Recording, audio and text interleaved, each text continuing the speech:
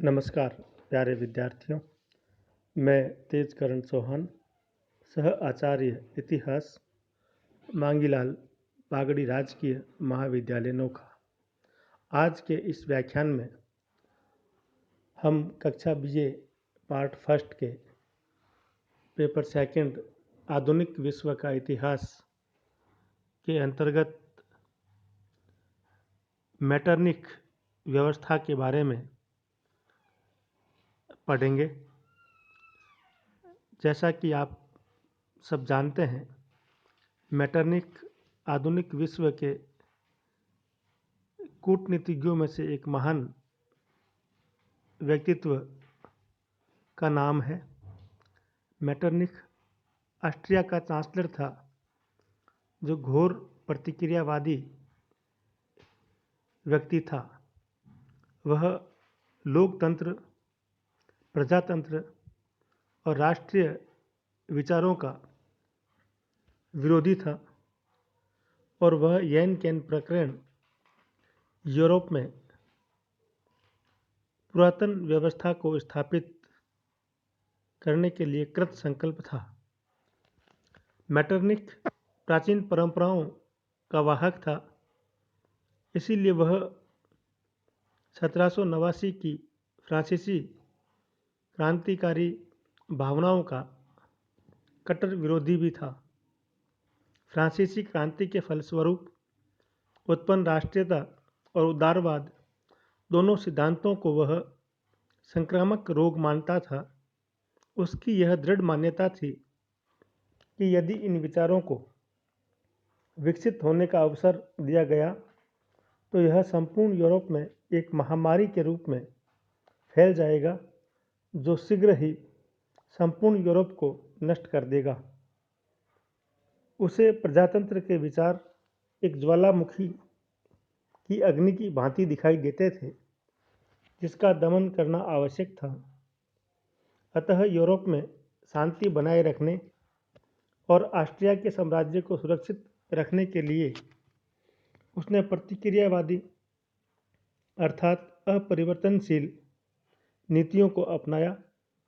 उसने अपने साम्राज्य में ऐसी व्यवस्था स्थापित की जिससे क्रांति जनित विचारों का प्रवेश असंभव हो गया।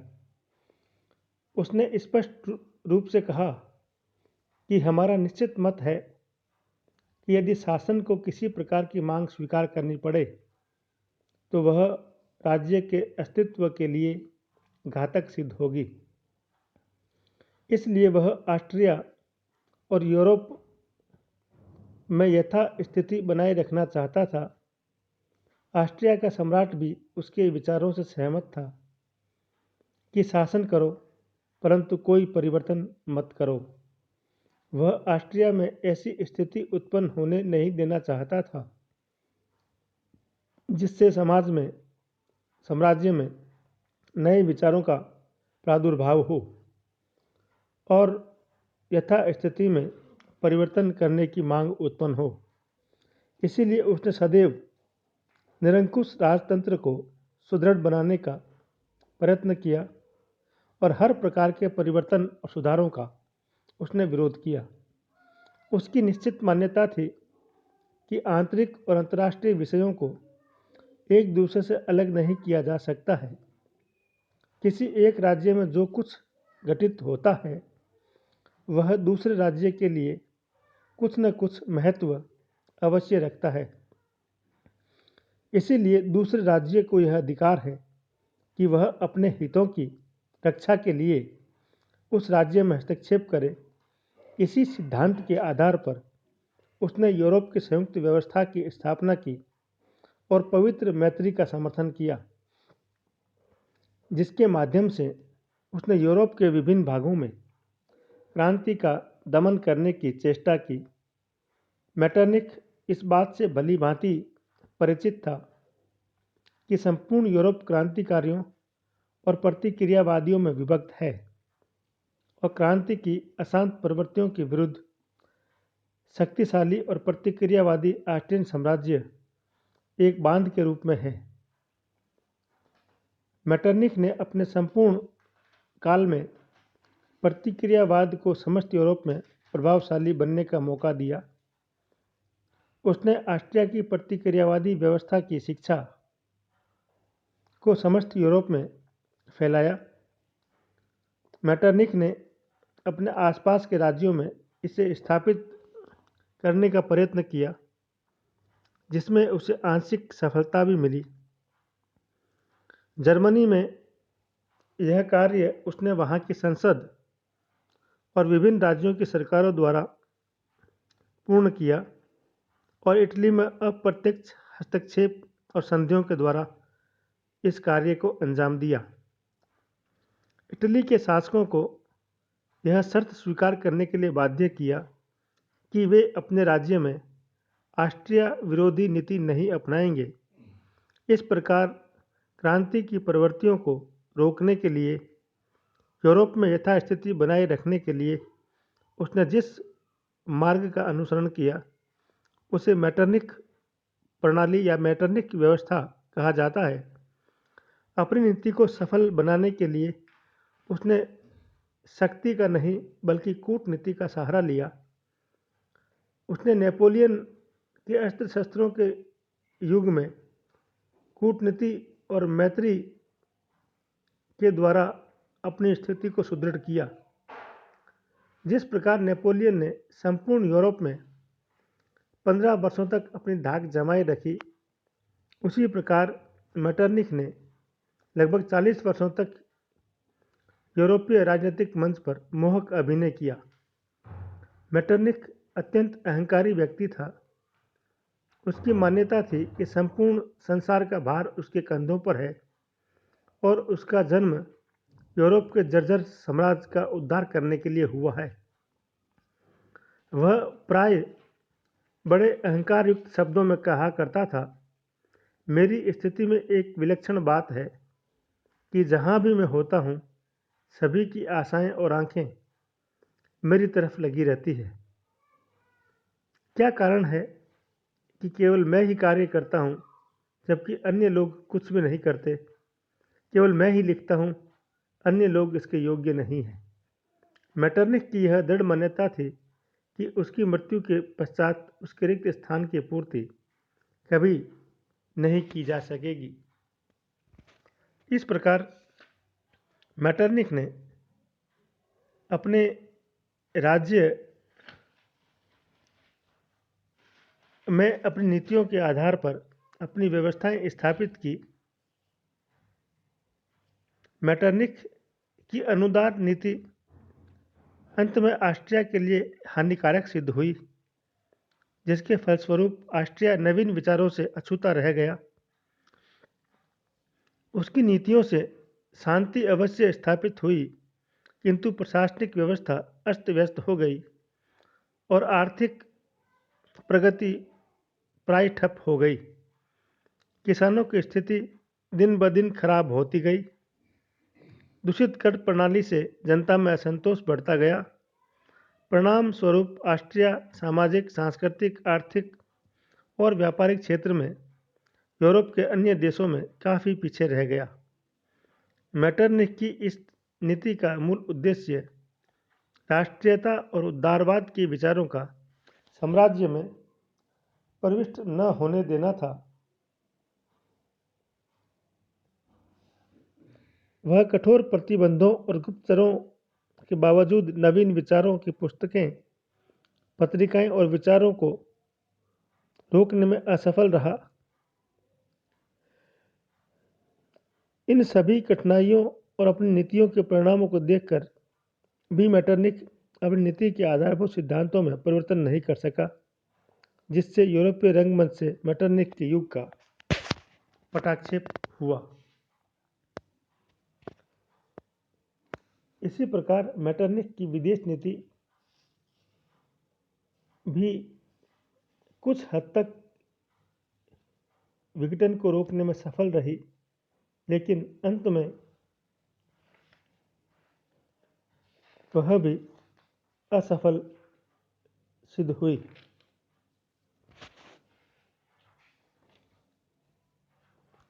मेटरनिख की विदेश नीति का अध्ययन करने से यह स्पष्ट हो जाता है कि मेटरनिख ने अपने देश की प्रतिष्ठा बढ़ाने के लिए एक विशेष विदेश नीति का अवलंबन किया। वह नेपोलियन को ऑस्ट्रिया के विकास में बाधक मानता था, किंतु वह ऑस्ट्रिया की शक्ति से उसे दबाने में असमर्थ था तथा खुले रूप से नेपोलियन की शत्रुता मोल लेना भी नहीं चाहता था। उसने ऐसी नीति अपनाई जिससे नेपोलियन का पतन हो जाए और ऑस्ट्रिया को कोई नुकसान न उठाना पड़े। 1810 से 1813 तक उसने रूस को नेपोलियन के विरुद्ध आगे किया और स्वयं रूस के लिए विजय योजना बनाता रहा। नेपोलियन को प्रसन्न रखने के लिए, उसका विश्वास पात्र बनने के लिए उसने ऑस्ट्रियन राजकुमारी का विवाह नेपोलियन से करने हेतु बातचीत की। उसने नेपोलियन को वचन दिया कि वह रूस के विरुद्ध उसे 30,000 सैनिकों की सहायता देगा। दूसरी ओर उसने रूस के जार को भी यह आश्वासन दिया कि वह उसे खुले रूप से सहायता न देकर गुप्त रूप से सहायता देगा। इस प्रकार वह रूस और फ्रांस दोनों का मित्र भी बना रहा और दोनों में संघर्ष करवा कर दोनों की शक्ति छीन कर ऑस्ट्रिया की प्रधानता स्थापित करने का प्रयत्न किया।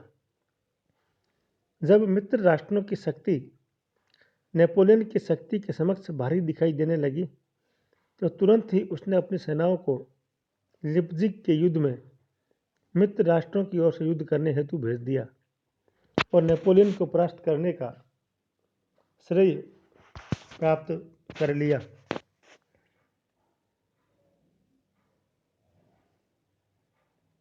उससे न केवल ऑस्ट्रिया के सम्मान में वृद्धि हुई, वरन मेटरनिख ने यूरोपियन राजनीति में भी सम्मान प्राप्त किया।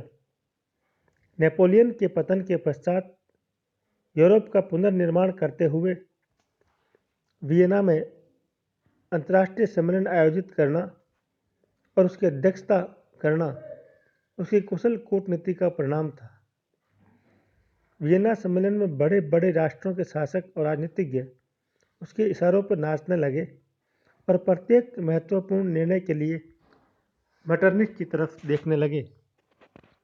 वियना सम्मेलन के पश्चात यूरोप में लोकतांत्रिक और उदारवादी आंदोलनों का दमन करने हेतु मेटरनिख ने जिस व्यवस्था को जन्म दिया उसे संयुक्त व्यवस्था कहा जाता है और उसका उसने नेतृत्व किया।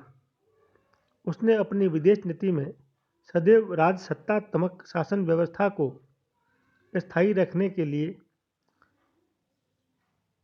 पोषक तत्वों को प्रधानता दी। यदि यूरोप के किसी भी भाग में इनके विरुद्ध थोड़ी भी हलचल होती तो उसे दबाना मेटरनिख अपना कर्तव्य मानता था। दक्षिण अमेरिका के उपनिवेशों में होने वाले विद्रोह को दबाने के लिए भी उसने प्रयत्न किया, परंतु मुनरो की घोषणा और कैनिंग के विरोधीकरण के कारण उसे सफलता प्राप्त नहीं हुई।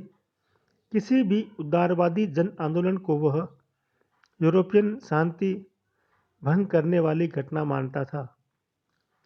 वह रूस और प्रशा की सहायता से अपनी प्रतिक्रियावादी नीति का सफल संचालन करता रहा, किंतु जब यूनान के विद्रोह के समय रूस ने अपना नेतृत्व स्थापित करने का प्रयत्न किया तो उसने रूस का विरोध करने में भी संकोच नहीं किया।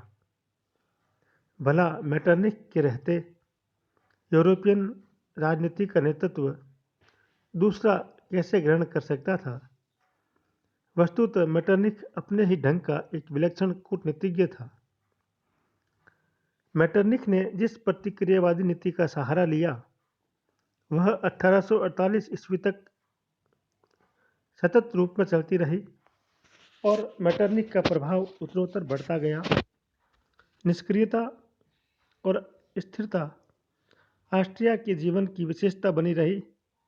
इस संपूर्ण काल में ऐसा प्रतीत होता है कि इस ऑस्ट्रिया में पूर्ण एकता है, किंतु यह सब व्यवस्था दिखावा मात्र थी। मेटरनिख की व्यवस्था में कुछ मौलिक दोष थे, अतः ऑस्ट्रिया का जनजीवन भीतर ही भीतर पीड़ित हो रहा था। मेटरनिख की व्यवस्था से क्रांति की भावनाएं दब गई, किंतु धीरे धीरे वे बलवती होती जा रही थी। 1848 में ये भावनाएं ज्वालामुखी पर्वत की भांति बड़े वेग से फूट पड़ी। औद्योगिक क्रांति की प्रगति के कारण ऑस्ट्रिया के लोग अन्य देशों के संपर्क में आने लगे। किसानों की स्थिति दयनीय हो चुकी थी। वे सामंतों की दासता से मुक्त होने को उत्सुक होने लगे।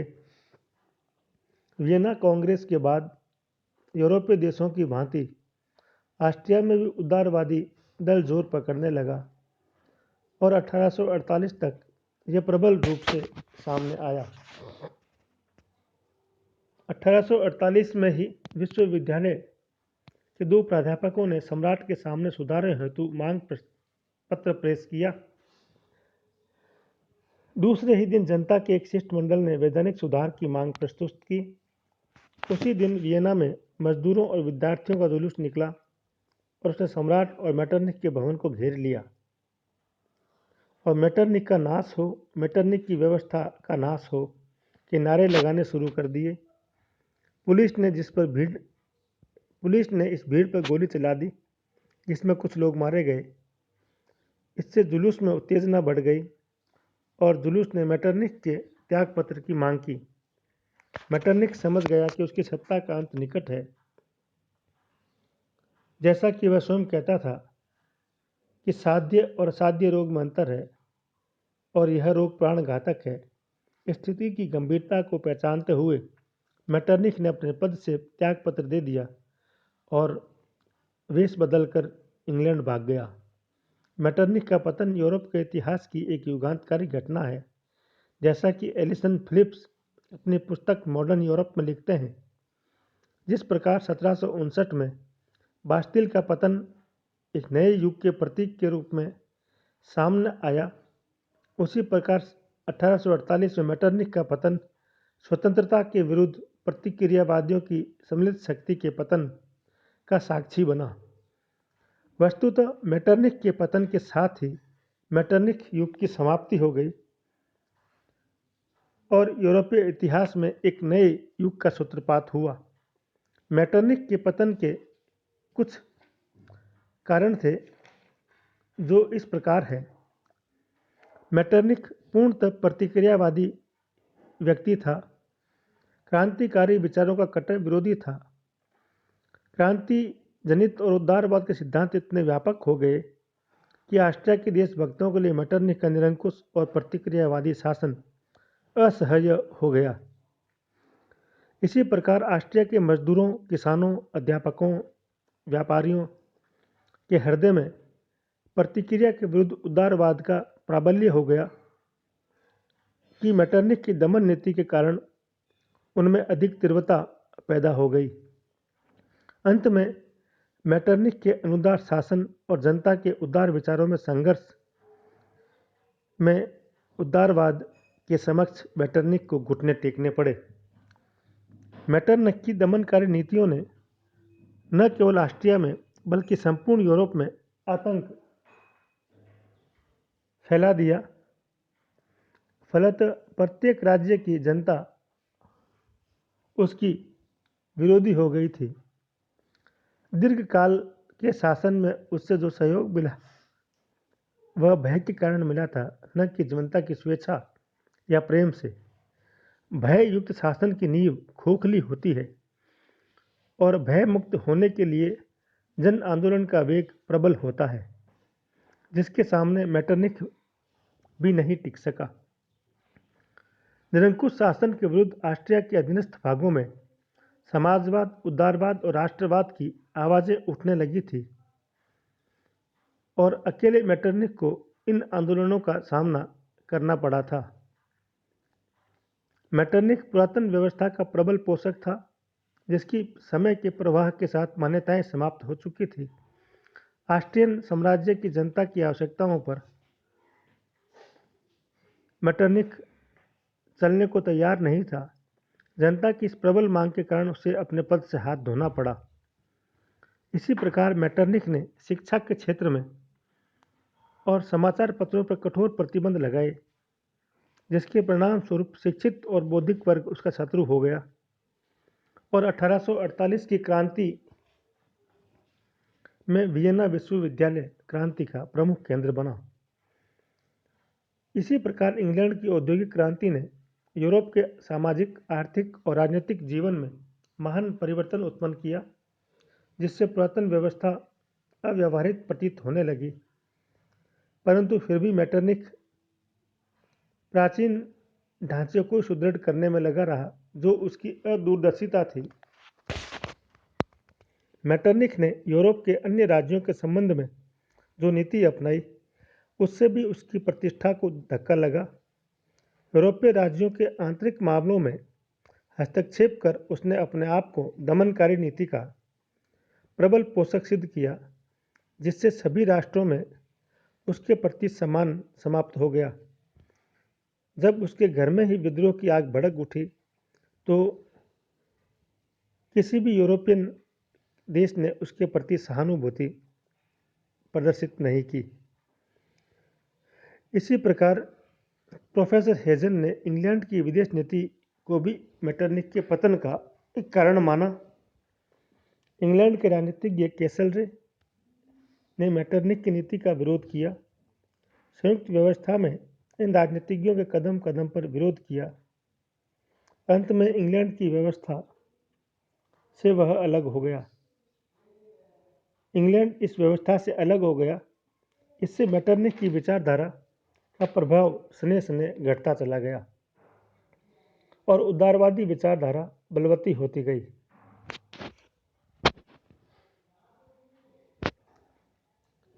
इस प्रकार हम कह सकते हैं, मेटरनिख अत्यंत ही करुणाजनक परिस्थितियों में पतन की ओर चला। 19वीं शताब्दी के पूर्वार्ध में जितने भी राजनीतिज्ञ यूरोपियन रंगमंच पर आए, उनमें मेटरनिख निसंदेह सर्वाधिक प्रसिद्ध व्यक्ति था।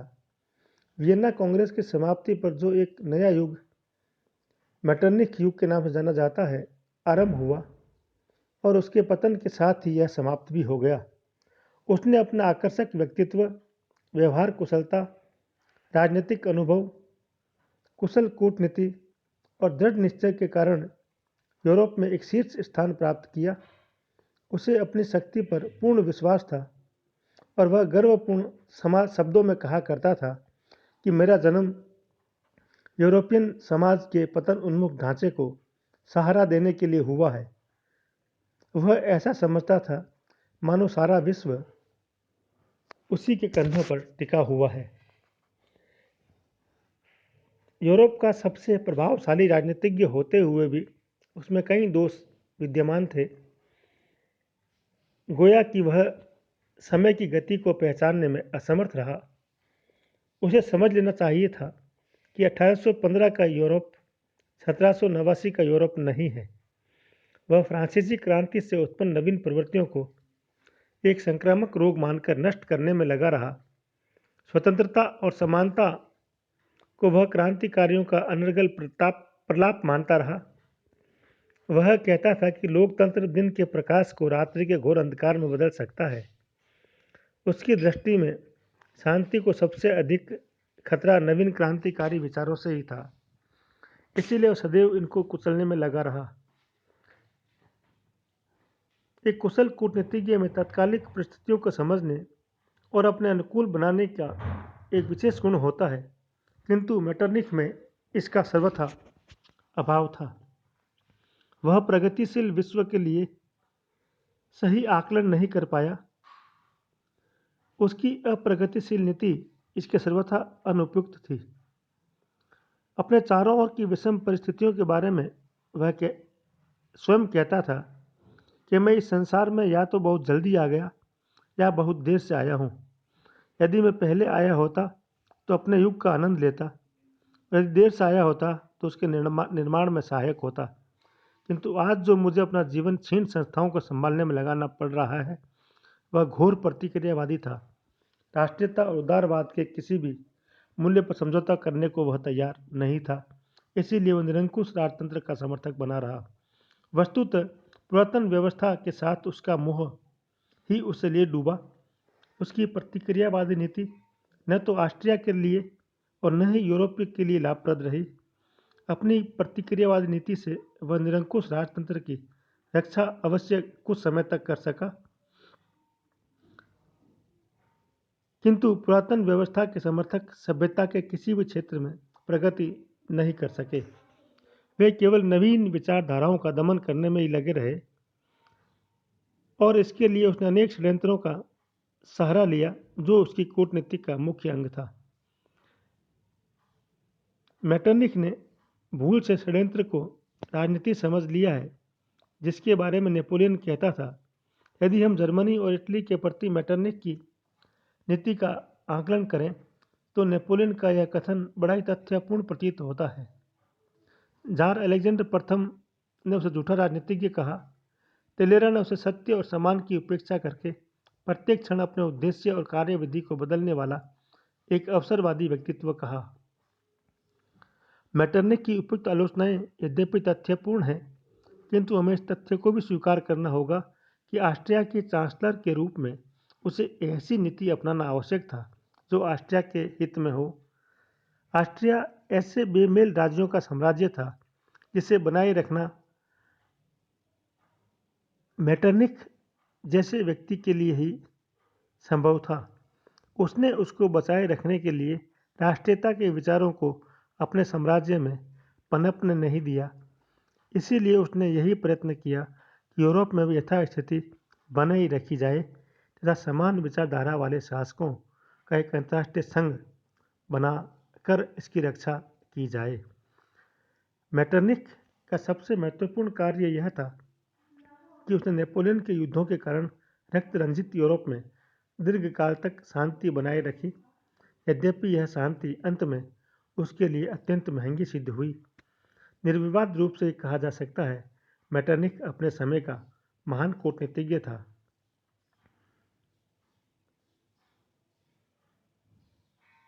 नेपोलियन के युद्धों से लहूलुहान यूरोप को ऐसा विश्राम और शांति प्रदान की जिसकी उसे आवश्यकता थी। इसी तथ्य को एलिसन फिलिप्स इस प्रकार व्यक्त करते हैं, दबी और थकी पीढ़ी के लिए यह आवश्यक व्यक्ति था। यह उसका दुर्भाग्य था कि जब उसकी उपयोगिता समाप्त हो गई तो भी वह जीवित रहा। इसी प्रकार प्रोफेसर फीसर लिखते हैं, मेटरनिख में एक महान राजनीतिक नेता के अनेक गुण थे। वह तीव्र और आकर्षण बुद्धि का धनी, शांतचित्त और गहरी सूझबूझ वाला देशभक्त था। उसकी सबसे बड़ी मानसिक दुर्बलता यह थी कि उसने क्रांति और स्वेच्छाचारी शासन इन दोनों प्रणालियों के बीच का कोई मार्ग खोजने का प्रयास नहीं किया। लीविस नेपियर ने तो यहाँ तक कहा है कि वह वास्तव में ऐसा प्रतिक्रियावादी नहीं था जैसा कि उसे सामान्यतः दर्शाया गया है। वह इतना बुद्धिमान, सतर्क और संतुलित था कि वह पूर्ण रूप से प्रतिक्रियावादी नहीं हो सकता था। धन्यवाद। जय हिंद, जय भारत।